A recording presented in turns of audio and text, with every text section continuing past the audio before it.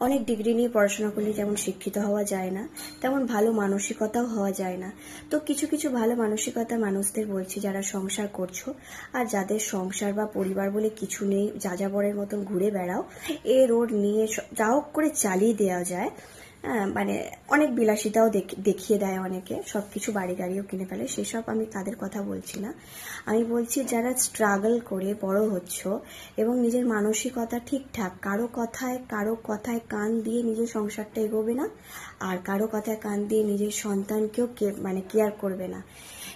কেয়ারটা একমাত্র নিজের ওয়াইফ এবং নিজের বুদ্ধি দিয়ে করবে, যদি থাকে নিজের একটা মেন্টাল বুদ্ধি।